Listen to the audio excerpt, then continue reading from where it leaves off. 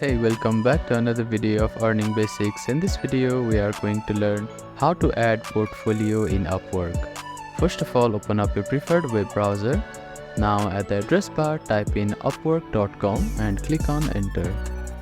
After that, you will be directed to official homepage of Upwork. Make sure that you are logged into your account. At the top right corner of the screen, you can see your profile. Click on it and then click on your profile option here. Now scroll down a little bit until you see a portfolio tab and click on plus icon here. Now type in the project title.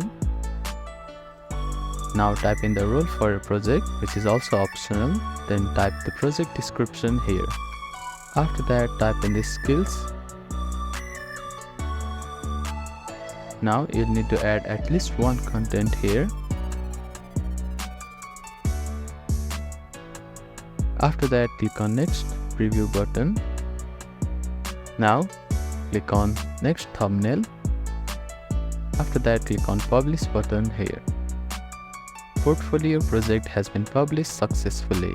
Thank you for watching this video. Please do not forget to give it a thumbs up and subscribe to our channel and comment down if you have any queries.